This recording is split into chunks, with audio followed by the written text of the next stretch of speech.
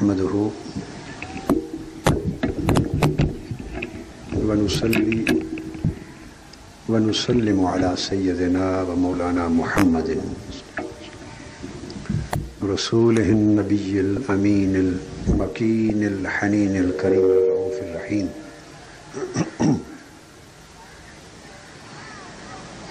أما بعد فأعوذ بالله من الشيطان الرجيم. بسم الله الرحمن الرحيم.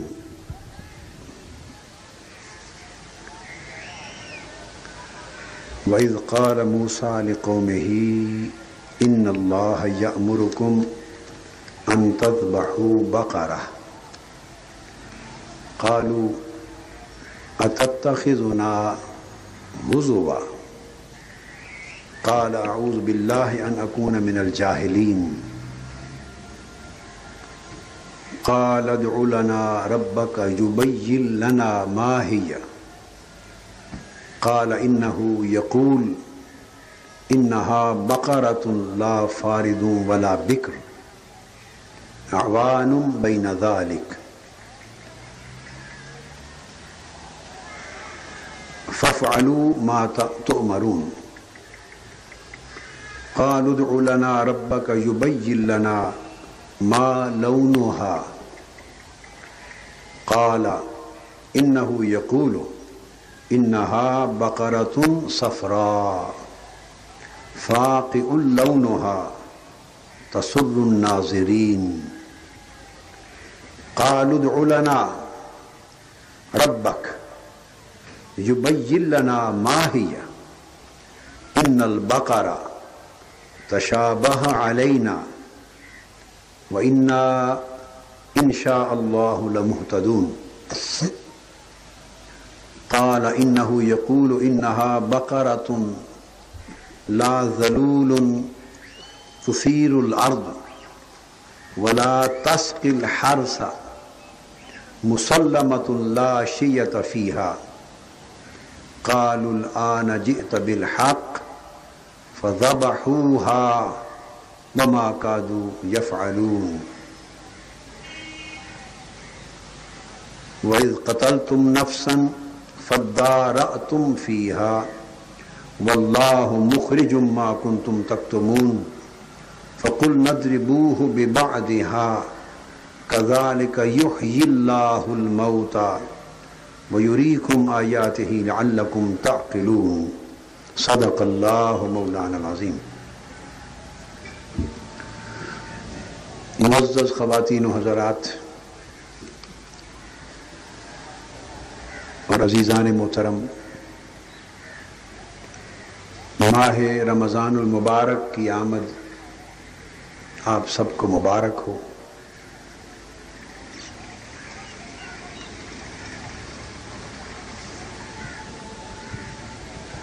آج ماہ رمضان کے پہلے جمعۃ المبارک کے بیان کے لیے میں نے سورہ بقرہ کی جن آیات کریمہ کا انتخاب کیا ہے وہ آیت نمبر پہلا پارہ سورہ بقرہ آیت نمبر 67 سے شروع ہو کر آیت نمبر 73 تک جاتی ہیں، 73 تک. اس میں بنی اسرائیل کا ایک واقعہ بیان کیا گیا ہے اور وقت کی کمی کے پیش نظر میں نے بلا تمہید اصل موضوع شروع کر دیا. آپ نے یہ بات سنی ہوگی کہ بنی اسرائیل کے زمانے میں ایک شخص کا، ایک جوان کا قتل ہو گیا تھا. اس پر جھگڑا ہوا، لوگ ایک دوسرے پہ الزام لگانے لگے، قاتل کا پتہ بھی نہیں چلتا تھا اور ایک مشکل صورتحال پیش ہوئی. بنی اسرائیل نے، امت نے سیدنا موسیٰ علیہ السلام سے کہا کہ آپ وہ قدم قدم پر آپ کی صداقت اور سچائی کو آزماتے تھے طرح طرح کے مطالبات کرتے، اور آپ کی صداقت کی سینکڑوں نشانیاں، محیر العقول نشانیاں، معجزات اور آسمانی آیات وقتاً فوقتاً ظاہر ہوتی، وہ دیکھتے مگر اس کے باوجود ایمان نہ لاتے۔ اس سے یہ بات معلوم ہوتی ہے کہ جن لوگوں کے نصیب میں ہدایت نہیں ہوتی، وہ اللہ کی بارگاہ سے ظاہر ہونے والی بڑی بڑی عظیم نشانیاں دیکھ کر بھی نہیں مانتے اور ہدایت نہیں پاتے۔ یہ ان کے نصیب کی محرومی ہوتی۔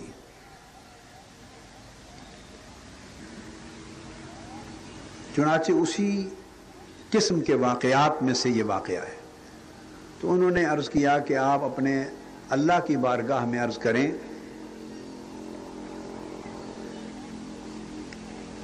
کہ ہمارا مسئلہ حل ہو جائے۔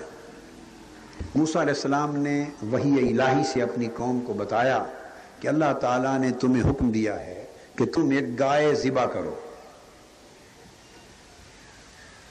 اب موسیٰ علیہ السلام کی حیثیت اس قوم کے شیخ کی، پیغمبر تو تھے ہی، مگر پیغمبر ہونے کے ناطے وہ اس قوم کے شیخ تھے، مربی تھے، مرشد تھے، قائد تھے، رہنما تھے، رہبر تھے، پیشوا تھے۔ اور قوم صاحب ظاہر ہے ان کا غالب اکثریتی حصہ عوام کا ہوتا ہے۔ جب آپ نے امر الہی سے گائے ذبح کرنے کا فرمایا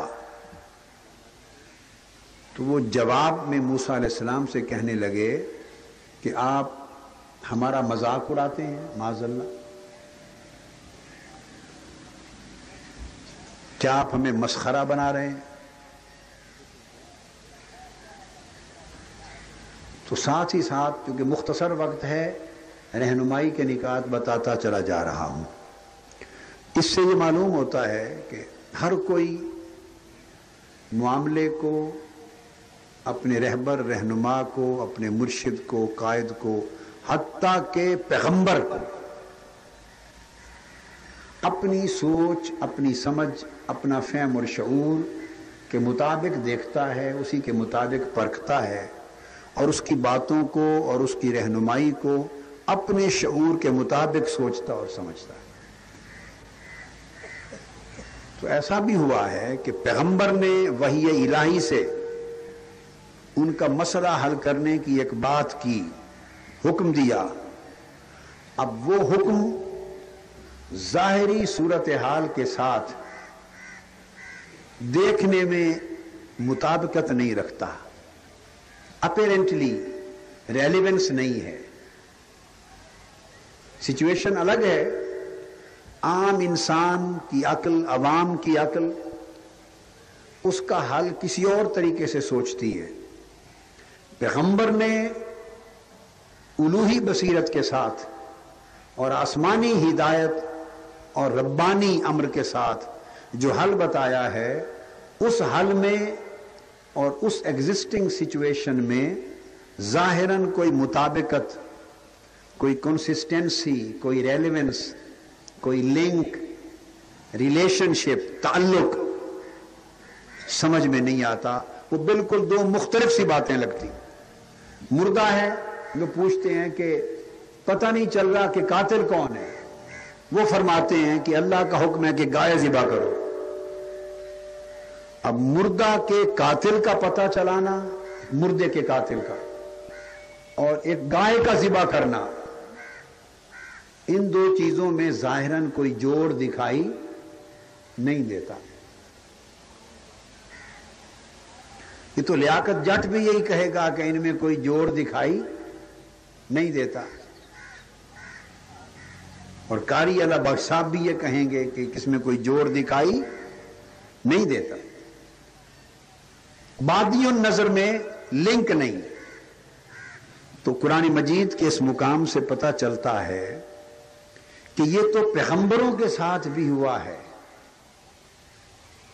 کہ چونکہ وہ بات کرتے ہیں الوہی بصیرت کے ساتھ، آسمانی ہدایت کی روشنی میں، یا پیغمبرانہ فراست کی روشنی میں، یا وحی الہی کے تابع، یہ الگ الگ کیس ہوتا ہے، فرام کیس ٹو کیس. مگر ان کی سطح عوامی ذہن کی سطح سے چونکہ بلند ہوتی ہے تو بعض اوقات ایسی سچویشنز آ جاتی ہیں کہ اس سچویشن میں وہ جو حل بتاتے ہیں عوام سمجھتے ہیں یہ ہمارے ساتھ مذاق ہو رہا ہے، اس کا جوڑ ہی نہیں ہے. تو یہ تہمت تو پیغمبر کے حکم کو بھی دے دی گئی کیونکہ بات سمجھ میں نہیں آئی. اس سے سبق یہ ملا کہ اہل ایمان کا شیوا یہ نہیں ہے کہ اگر مرشد کی بات، پیغمبر کی بات، روحانی رہبر کی بات جس کے بارے میں آپ کو اطمینان کے ساتھ یہ عقیدہ ہے آپ کا کہ اس کی فراست ہم سے بہتر ہے، اس کی بصیرت ہم سے بہتر اور کامل ہے. اگر پیغمبر ہو تو پھر وہ وحی الہی سے بات کرتا ہے، پیغمبر نہ ہو تو وحی الہی سے بات کوئی نہیں کرتا. کوئی کتنا بھی بڑے مرتبے کا قائد، رہبر اور رہنما کیوں نہ ہو، پھر اس کی فراست ہوتی ہے، اس کی بصیرت ہوتی ہے، اللہ کی دی ہوئی حکمت اور دانائی ہوتی ہے. تو بعض اوقات عام آدمی کی سوچ اور اس کی سوچ میں بڑا فرق ہوگا.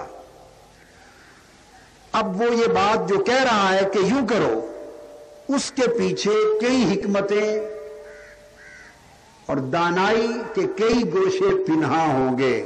ممکن ہے وہ اس وقت اسے بیان نہ کرے، حکمتاً بیان نہ کر رہا ہو، اس لیے سننے والے کو اس بات کا اور اس واقعے کا جس کا وہ حل چاہتے ہیں جوڑ دکھائی نہیں دیتا.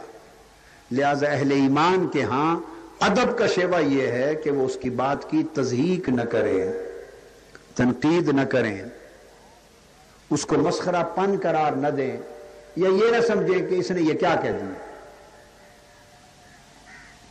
ایسی روش سے ایمان پہ زد پڑتی ہے اور انسان خوشبختی سے، سعادت سے محروم ہوتا ہے. یہ ایک سبق ہے، ایک درس ہے. اس پر سیدنا موسیٰ علیہ السلام نے فرمایا کہ میں اللہ کی پناہ مانگتا ہوں کہ میں تمہارے ساتھ تمسخر کروں اور مذاق اڑاؤں. میں کوئی جاہل ہوں؟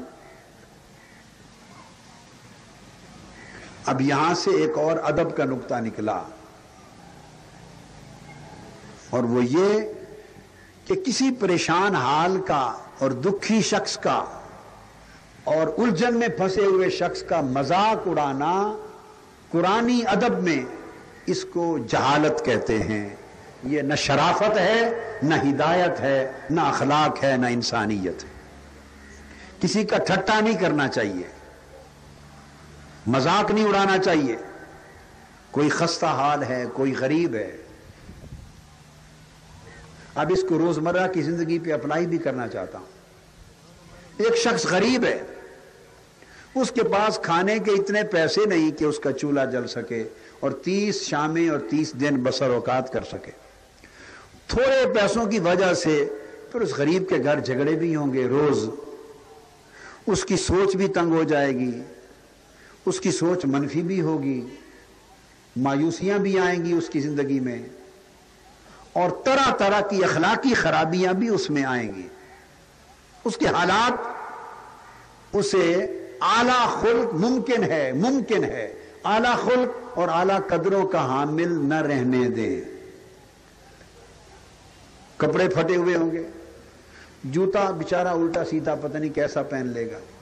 تو اس کے ان حالات کو دیکھ کر جس کو اللہ نے مال، دولت، ثروت، عزت، بہتر رہنا عطا کیا ہے، اسے زیب نہیں دیتا کہ وہ کسی کے حال کو دیکھ کر اس کا مذاق اڑائے.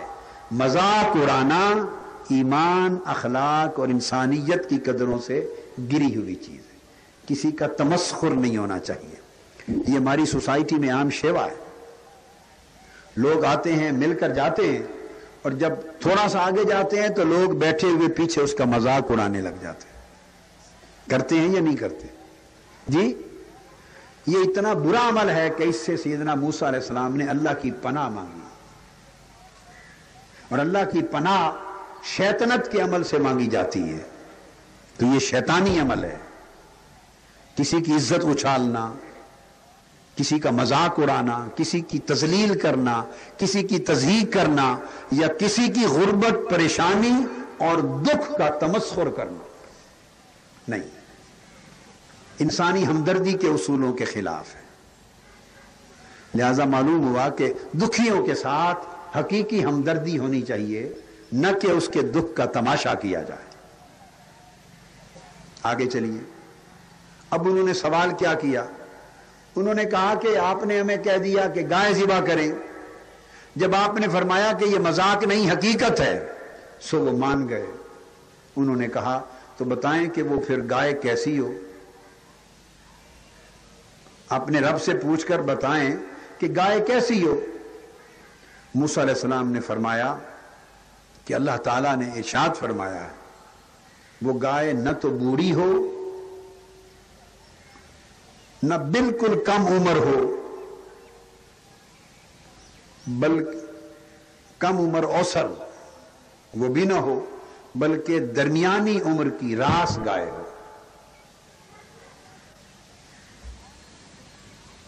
یعنی جوان ہو۔ اب یہاں جو بات سمجھانا چاہتا ہوں، واقعہ کے ساتھ ساتھ وہ تعبیر بھی شروع کر دوں نا، چونکہ یہ بیان آج مکمل نہیں ہوگا، ٹائم کی لیمیٹیشن یہ بتا رہی ہے، تو چلو ساتھ ساتھ جتنا حصہ آج ہم مکمل کریں گے اتنے حصے کے ساتھ وہ مضمون بھی سمجھتے چلے جائیں کہ آپ کو سمجھ آ جائے کہ بنی اسرائیل کی گائے کو کیوں پکڑ لیا آج میں نے۔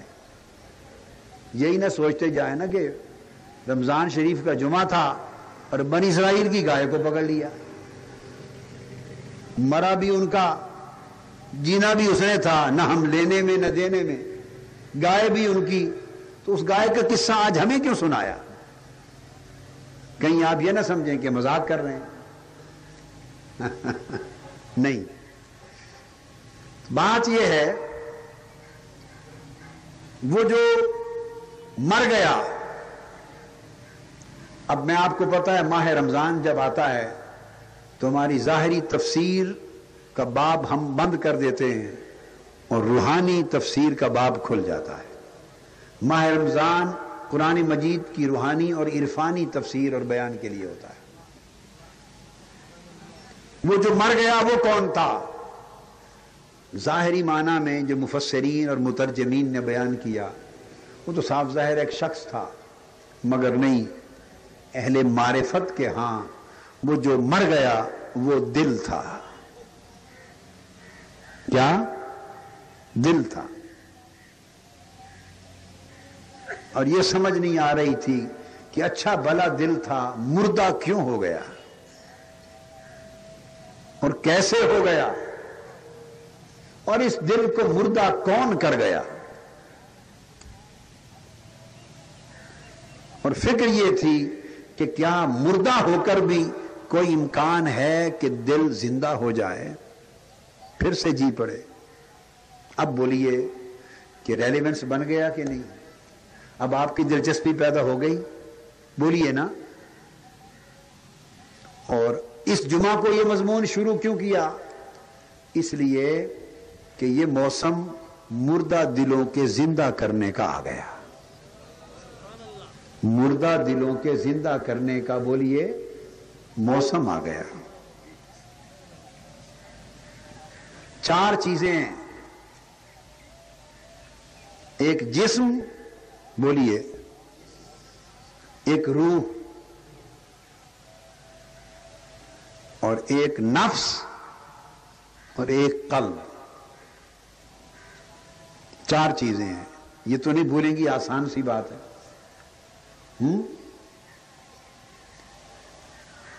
جسم، یہ میں اپنے انداز میں یہ جو بات اب کہہ رہا ہوں،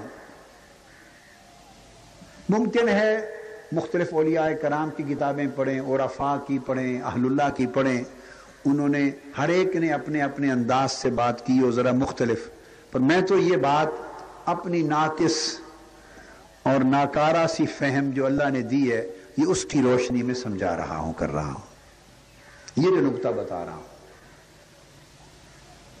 ناقص لوگ ناقص باتیں کرتے ہیں، ناقص فہم میں جو اللہ نے دیا ہے اس کے مطابق بتا رہا ہوں۔ جسم ہے، روح ہے، نفس ہے اور قلب، دل ہے۔ اور میری سمجھ میں بات یوں آئی ہے کہ جسم نفس کا سرپرست ہے، گارڈین نہیں ہوتا، گارڈین جو بچے چھوٹے رہ جاتے ہیں تو پھر ان کے گارڈین ہوتے ہیں نا، سرپرست، ان کے ولی ہوتے ہیں، سنبھالتے ہیں، پالتے ہیں۔ تو جسم نفس کا سرپرست اور گارڈین ہے، اور روح قلب یعنی دل کی سرپرست اور اس کی گارڈین ہے۔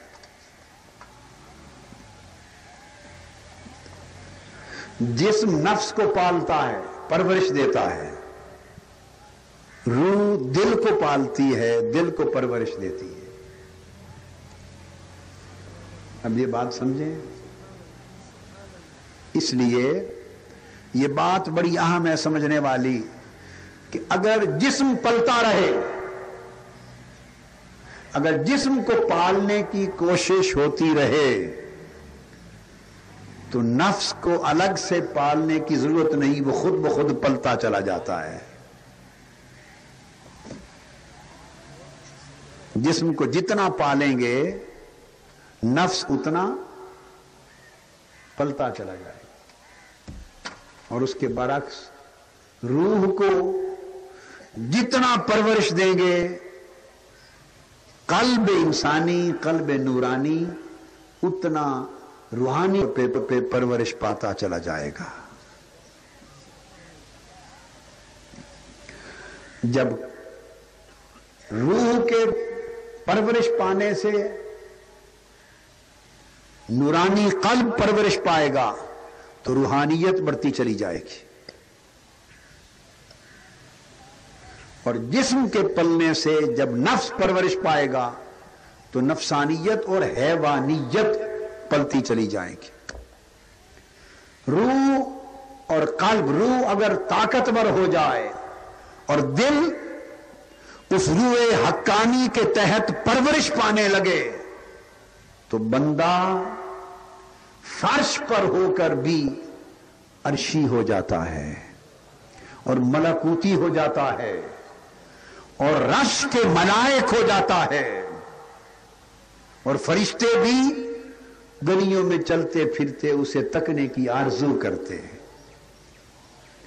اور فرشتے بھی گلیوں میں گزرتے ہوئے اس سے مصافحہ کرنے کی خواہش کرتے ہیں۔ کبھی سوچا کہ بندہ ایسا بھی ہوتا ہے کہ گلیوں میں چلتا ہے، ملائکہ قطار اندر قطار کھڑے ہو کر اس کو دیکھنے، اس کے مصافحہ کرنے کی خواہش کرتے ہیں، اور پھر قلب ملکوتی رکھنے والا بندہ سوتا ہے، فرشتے اس کے سرانے اور اس کے پائیں جانب جاگتے ہیں، اس کے لیے دعائیں کرتے ہیں، اس کے لیے اللہ اللہ کرتے ہیں، یعنی کائنات ہی بدل جاتی ہے۔ بندہ احسن تقویم کی اصل کی طرف لوٹ جاتا ہے۔ لقد خلقنا الانسان فی احسن تقویم، وہ جس اصل پر پیدا کیا گیا تھا، اصل جس اصل پر انسان پیدا کیا گیا تھا، یہ وہ اصل تھی جس نے ملائکہ کو حکم دے دیا تھا، امر الہی آ گیا تھا کہ سجدہ ریز ہو کر اس کے لیے تعظیم و اکرام کا سامان کرو۔ وَنَفَخْتُ فِيهِ مِن رُوحِي کا آئینہ دار تھا، اور اگر جسم پل جائے اور نفس ظلماتی پل جائے اور بندے میں حیوانیت پیدا ہو جائے تو پھر بندہ ملکوتی نہیں رہتا، ظلماتی ہوتا ہے، حیوانوں سے بدتر ہوتا ہے اور اسفل سافلین کے مقام پر گر جاتا ہے۔ یہ ایک پرواز ہے بندے کی اور یہ ایک گراوٹ ہے بندے کی۔ تو میں عرض کر رہا تھا کہ پھر جسم نفس کا سرپرست ہے اور روح قلب یعنی دل کی سرپرست ہے. یہ جو قتل ہو گیا ہے، مر گیا ہے، اہل معرفت کہ ہاں ایسے ہے کہ کسی کا دل مر گیا ہے. اب پوچھتے ہیں شیخ سے، مرشد سے، رہبر سے کہ دل مر گیا کیا کریں؟ رہبر فرماتا ہے سیدنا موسیٰ علیہ السلام کی شکل میں، روپ میں فرماتا ہے کہ اب حل یہ ہے کہ تم ایک گائے کو ذبح کر دو. وہ گائے نفس ہے. جو جوان مر گیا تھا وہ قلب تھا، دل تھا. جس گائے کو ذبح کیا جا رہا ہے وہ نفس امارہ ہے. فرمایا اب اگر مرے ہوئے دل کو زندہ کرنا چاہتے ہو تو مرے ہوئے دل کا زندہ ہونا نفس امارہ کو مارے بغیر ممکن نہیں. اب موت ہی موت کو ختم کرے گی. موت ہی موت کو، نفس کی موت قلب کی موت کو ختم کرے گی. نفس امارہ اس کو گائے سے تشبیہ دی گئی ہے. نفس حیوانی، کیا اس کو نفس حیوانی کہتے، اس کو گائے سے تشبیہ دیا ہے. اب ان کو تو سمجھ نہیں آ رہی تھی، عوام کو سمجھ کیسے آئے؟ وہ کہتے ہیں ایک دل مر گیا ہے، ایک جوان مر گیا ہے، اوپر سے کہتے ہیں گائے بھی مار دو، یک نہ شد دو مر جائیں. اب عوام کو کیا پتا کہ دل مر گیا ہے. اب دل کو زندہ کرنے کے لیے اور راستہ کوئی نہیں جب تک نفس حیوانی کو مارا نہ جائے. اور نفس حیوانی کا مارنا نفسانی خواہشوں کو قتل کرنا ہے. وہ ایک الگ موضوع ہے. پھر تو فرمایا کہ ان تذبحوا بقرہ، گائے کو ذبح کر دو. اور گائے سے مراد نفس حیوانی کو ذبح کر دو. انہوں نے پوچھا وہ گائے کیسی ہو، کیسے نفس کو ذبح کریں؟ وہ نفس حیوانی کیسا ہو؟ فرمایا چونکہ اس کو ذبح کر کے، اسے مار کے دل کو جلانا ہے، دل کو زندہ کرنا ہے، تو نفس کو بوڑھا ہونے کے بعد مارا تو کیا مارا. ہائے ہائے ہائے ہائے، نفس کو جوانی میں مارو. یہ قرآن کہہ رہا ہے. انہوں نے پوچھا قالوا ادع لنا ربک یبین لنا ما ہی، اللہ سے پوچھ کے بتائیں اب وہ گائے کیسی ہو جس کو ذبح کریں. فرمایا قال انہ یقول انہا بقرۃ، وہ گائے ہو، نفس حیوانی ہو، لا فارض، مگر بوڑھی نہ ہو گئی ہو. عمر بھر پاپ کرتے رہے، گناہ کرتے رہے، نافرمانیاں کرتے رہے، اور ساری زندگی عیاشی، گناہوں، نافرمانی میں بسر کر دی. جب بڑھاپا آیا تو بڑھاپے میں چاہا کہ نفس کو ذبح کریں، تو ہاں اس ذبح کرنے کے عمل کی بھی، اس نیک عمل کا بھی اجر تو ملے گا، ثواب تو وہ بھی رائے گا. کوئی یہ نہ سمجھ لیں کہ ہم جو بوڑھے بیٹھے ہیں 60 سال سے اوپر تو پھر ہمارا تو قصور ہی کوئی نہیں، پھر ہم تو اگر آج توبہ کریں تو ہمارا کیا بنے گا. بوڑھوں کو آؤٹ نہیں کیا جا رہا، نہیں، عمر رسیدہ لوگوں کو اجر سے محروم نہیں کیا جا رہا.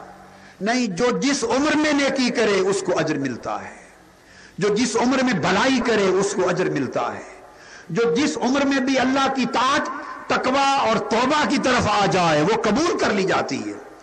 محروم کوئی نہیں رہتا. بات اجر اور ثواب سے محرومی کی نہیں ہو رہی، بات مردہ دل کو زندہ کرنے کی ہو رہی ہے. فرمایا اگر دل مردہ کو زندہ کرنا ہے تو نفس کو جوانی میں مارا جائے. لا فارضن، ایک تو گائے یعنی نفس حیوانی بوڑھا نہ ہو، اس لیے کہ جب بوڑھا ہو جاتا ہے تو پھر اس کے وہ تو ویسے ہی ڈھل جاتا ہے. تو مرے ہوئے کو کیا مارنا، وہ تو ڈھل گیا.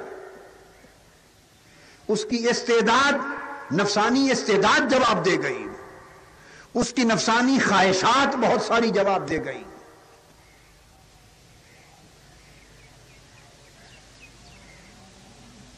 تو اس مارنے سے دل زندہ نہیں ہوگا. لا فارد نہیں، ولا بکر، اور نہ بالکل کم عمر اوسر ہو. تو اگر بچپن ہی ہے تو اس بچپن میں تو اس کے اندر گناہ اور نفسانیت ہے ہی نہیں، اس کے مارنے سے دل کیا زندہ ہوگا، وہ تو پہلے ہی معصوم ہے. مارنا کس شے کا؟ مارنا ذبح تو کرنے ہے نفسانی خواہش کو، نافرمانی کی خواہش کو، تمرد کو، غرور کو، تکبر کو، آرام پرستی کو، گناہ کی رغبت کو، ظلم کی رغبت کو ذبح تو کرنا ہے جس نفس امارہ کو. ان النفس لامارۃ بالسوء، وہ نفس جو برائیوں کی طرف لے جاتا ہے، جو بے حیائی کی طرف لے جاتا ہے، جو اللہ کی نافرمانی اور بغاوت کی طرف لے جاتا ہے، وہ نفس جو بندے کو اللہ کا خوف اور تقوی ختم کرواتا ہے، وہ نفس جو ظلم کی طرف لے جاتا ہے، وہ نفس جو شہوت پرستی کی طرف لے جاتا ہے، وہ نفس جو بے حیائی کی طرف لے جاتا ہے، مارنا تو اسے ہے. تو بچپن میں تو یہ چیزیں پیدا ہی نہیں ہوئی، تو مارا کس کو جا رہا ہے؟ تو فرمایا نہ چھوٹی سی عمر کے بچڑے کو مارنا ہے، اس میں تو ابھی یہ خرابیاں آئی نہیں، اور نہ بوڑھی گائے کو یا بوڑھے بیل کو مارنا ہے، بوڑھے بیل کو، اس لیے کہ وہ تو ڈل چکا، اس کی برائیوں کا تو موسم ہی ڈل گیا، دن ڈل گیا، اس کی تو شام ہو چکی. اس نے کس شے کو مارا؟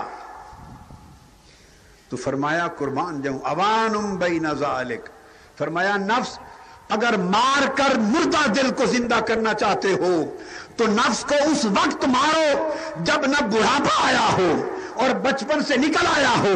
نوجوانی کی عمر سے لے کر بھرپور جوانی تک جو جوان نفس کو مار رہے ہیں انہوں نے دل کو زندہ کر لیا، اور جنہوں نے نفس کی خواہشوں کو مار کر دل کو زندہ کر لیا انہوں نے دل کو فرش پر بیٹھ کر عرش الہی بنا لیا، اور اس زمین پر بیٹھ کر مالا اعلیٰ بنا لیا، اور مادی دنیا کی تاریکیوں میں بیٹھ کر انہوں نے دل کو اللہ کے نور کے چراغ سے روشن کر لیا.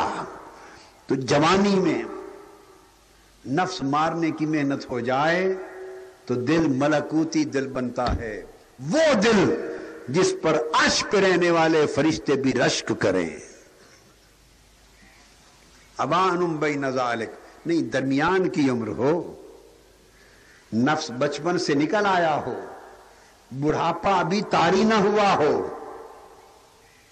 گائے کا یہی کہا تھا نا، عمر درمیانی حصہ ہو، پھر مارنے کا مزہ ہے کہ جب خواہشیں شہوت کی رغبت دیں، نفس برائی کی طرف کھینچیں، نفس تمرد انحراف اور اللہ کی نافرمانی کی طرف آپ کو بلائیں، طبیعت بھی ادھر جانے کو کرے، نفس جانے کو کرے، جسم کے تقاضے برائی کی طرف جانے کو کرے، پورے زور سے نفس کھینچ رہا ہو، طبیعت، ذوق، شوق، شہوت، نفس تمہیں برائی کی طرف لے جا رہا ہو، اس میں کشش بھی نظر آئے، لذت بھی نظر آئے، کیف و سرور بھی نظر آئے، یہ ساری کوششیں ایک طرف ہو اور ادھر مولا کی آواز آئے کہ ادھر نہ جاؤ، ادھر جاؤ گے تو ڈوب جاؤ گے، اس نفس کی خواہشوں کو ذبح کرو، میں تمہارے دل کو زندہ کروں گا. جب دل زندہ ہوگا اس زندہ دل کو ایک آئینہ نصیب ہوگا، جب دل کا آئینہ چمک اٹھے گا میرا حسن اس میں جلوہ گر ہو جائے گا. دنیا کے حسن چھوڑو، دل کے آئینے کو روشن کرو تاکہ میرا حسن تمہیں نظر آ سکے. فَافْعَلُوا مَا تُؤْمَرُونَ، سو ایسا کرو جس کا حکم دیا گیا ہے. ٹائم ہو گیا ہے، نماز کے وقت کا اعلان کیا تھا، تو آج کی جتنی گفتگو ہوئی اس کا ماحصل یہ ہے کہ جو جس عمر میں ہے اگر بچپن میں وہ محنت کی طرف آ جائے گا، بات ختم کر رہا ہوں، بڑی توجہ سے سنیں، بچپن میں اس عمر کی طرف آ جائے گا تو اب اس میں ذبح کرنے کا وہ علت تو موجود نہیں ہے، مگر جو جوہر نیکی کا، معصومیت کا، نور کا، اس کے اندر فطرتاً پہلے سے موجود ہوتا ہے۔ اگر چھوٹے بچے سن رہے ہوں تو بچپن میں وہ اس طرف آئیں گے تو ان کا ذبح کرنا نہیں، ان کی ان توانائیوں کو اور جوہروں کو جلا مل جائے گی، وہ چمک اٹھیں گے، اور جو بچپن سے اس راہ پہ چل جائے گا وہ تو اتنی پرواز کرے گا کہ کوئی تصور بھی نہیں کر سکتا، اس کی پرواز اونچی ہو جائے گی، وہ شہباز بن جائے گا، اور اتنے سفر وہ بچپن میں ہی کر لے گا جتنی پرواز کے سفر لوگ پوری عمر کرتے رہتے ہیں۔ اس لیے کہ جوانی اور بعد کی عمر میں جب اس نے نیکی کی، تقوی اختیار کیا، عبادت کی، بعد میں تو شہوتوں نے روکا، اس کی روحانیت نے اس کو دوڑایا، تو کچھ ریزسٹنس ہو رہی ہے، کچھ، یعنی آپ گاڑی چلا رہے ہیں، سڑک اوڈ ہے، کچا راستہ ہے، اس میں کھڈے ہیں، تو اوپر نیچے، تو آپ اس جگہ پر 100، 110، 120، 150 کی رفتار پہ گاڑی دوڑا نہیں سکتے، آپ کی ہڈیاں ہی ہل جائیں گی۔ تو اس عمر میں جب ریزسٹنس ہو، ادھر سے جھگڑا ہو، شہوت کا، نفس کا، خواہشوں کا، آپ اسے اللہ کی طرف لے کے دوڑے تو یقیناً رفتار متاثر ہوتی ہے، کوئی ادھر کھینچتا ہے، کوئی آگے جاتا ہے، جیسے کیچڑ میں چلے، پھسلن میں چلیں تو تیز رفتار دوڑ نہیں ہوتی، آہستہ آہستہ چلنا پڑتا ہے۔ اور بچپن کی عمر کی نیکیاں اس طرح ہیں جیسے نہ پھسلن ہو، نہ کھڈے ہو، نہ کیچڑ ہو، بالکل موٹر وے کی طرح صاف سڑک ہو، نئی گاڑی ہو بچپن کی معصومیت کی، بس چلائیں، بے شک 200 کی رفتار پہ لے کے چلے، جو سفر دوسرے نے 5 گھنٹے میں طے کرنا ہے اس معصوم طبیعت نے روحانیت کا سفر 1 گھنٹے میں طے کرنا ہے۔ تو معصوم بچوں، ابھی سے اللہ کی طاعت اور تقوی کی راہ پہ چل پڑو، برائی کا عنصر ریزسٹنس تو ہے ہی نہیں، جو کرو گے نور بڑھتا چلا جائے گا، اور جوانی سے پہلے اتنا اونچا چلے جاؤ گے کہ پھر برائیاں قریب آنے کی ہمت ہی نہیں کریں گی۔ اور جو عمر رسیدہ ہیں، بوڑھے ہیں، وہ کریں، اس لیے وہ یوں سوچ کے کریں کہ اب ان کی عمر کا بچ ہی کیا گیا ہے، اب جو بقیہ عمر کا حصہ بچا ہے وہ تو ہونا ہی صرف توبہ کے لیے چاہیے، وہ تو ہونا ہی صرف استغفار کے لیے چاہیے، وہ تو ہونا ہی صرف خدا کے تقوی پرہیزگاری کے لیے چاہیے۔ جو گزر گیا، جو زندگی بچ گئی اس کو یوں بسر کر لو کہ قبر میں جائیں تو آخرت میں کچھ بھلا استقبال ہو سکے، عذاب آخرت سے بچ جائے، شرمساری سے بچ جائے، اور نیکیاں کثرت سے ہو جائیں تو اللہ کے حضور قبولیت نصیب ہو جائے۔ یہ اللہ کی وہ دین ہے جو آخری زندگی کے چند سالوں میں انسان کے پاس آتی ہے، اس کو خدا کے حضور صرف کر دینا چاہیے۔ اور جو نقطہ آج بیان کیا، لا فارد ولا بکر اوان بین ذالک، نہ بڑھاپا نہ بچپن، درمیان کی عمر، جوانی۔ کتنے جوان بیٹھے ہیں؟ ہاتھ کھڑا کریں نا، درمیان کی عمر والے، اونچا کریں بھئی، 50-40 تک بھی جوان کی درمیان کی عمر ہوتی ہے، اونچا کریں۔ تو یہ جو درمیان کی عمر والے بیٹھے ہیں، آج جتنا حصہ میں نے درس دیا اس کا پیغام ان جوانوں کے نام ہے، اوان بین ذالک۔ اور میں نے 40-50 کو اس لیے شامل کیا کہ اللہ پاک نے لفظ جوانی کا نہیں استعمال کیا، فرمایا بچپن بڑھاپے کی درمیان کی عمر، یہ سارے آ جاتے ہیں، درمیان والے سارے آ جاتے ہیں، خضاب والے بھی آ جاتے ہیں، بھئی کئیوں کی داڑھی ذرا جلدی سفید ہو جاتی ہے نا، سارے آ جاتے ہیں۔ اب ان کو پیغام ہے کہ موسم دل کو زندہ کرنے کا آ گیا، سال کے 11 مہینے جتنی محنت کرو اس سے وہ رزلٹ نہیں آتا جو اس مہینے کی محنت سے آتا ہے۔ 3-2 عشرے جتنی محنت ہو سکے کر لو، اس محنت کا کلائمیکس آخری عشرہ اعتکاف میں ہوگا. آج سے ہر جمعہ کہوں گا تیاری کر لو، ارادہ کر لو. 3 ہفتے یعنی 2 عشرے محنت کرتے رہیں، رات کو جاگیں، عبادت کریں، تلاوت کریں، روزہ رکھیں، طبیعت کو نرم کریں، طبیعت کو نرم کریں. اور جب آخری عشرہ آ جائے تو اس کے بعد بستر بوریا اٹھا کے اس ماحول کو جس نے روحانیت کو مشکل میں ڈال رکھا ہے بس 10 دنوں کے لیے چھوڑ کر ادھر آ جائیں، جہاں لوگ 10 دن 10 راتیں اعتکاف میں گزارتے ہیں. اور خوش نصیبی ہے آپ کی کہ وہ تو آپ کے حلقے میں ہے ہفتہ یعنی عشرہ اعتکاف، حرمین شریفین کے بعد سب سے بڑا اعتکاف. کتنے لوگ اس میں نیک سالے بیٹھے ہوں گے، کئی نیکوں کے صدقے ہمارے جیسے گناہگاروں کی گناہ ویسے ہی دھل جائیں گے. بارش کرم کی ان کی وجہ سے آئے گی، کئی نیکوں کی وجہ سے، اور ہمارے جیسے ہزاروں بیٹھے ہوئے ویسے ہی دھل جائیں گے. جب بارش آئے گی تو اس نے پک اینڈ چوز تو نہیں کرنا نا کہ اس پر پڑے اور اس پر نہ پڑے. اللہ کی رحمت وسیع ہے، جب اس نے کسی ایک کے صدقے بھی بارش کر دی تو پڑے گی سب پر، زمین سب کی دھل جائے گی. تیاری کرو جامع المنہاج کے اعتکاف کی. جوانوں تیاری کرو، بچوں تیاری کرو، بڑھاپے کو چھونے والے تیاری کرو. معلوم نہیں اگلا سال زندگی کے حساب میں ہے یا نہیں ہے.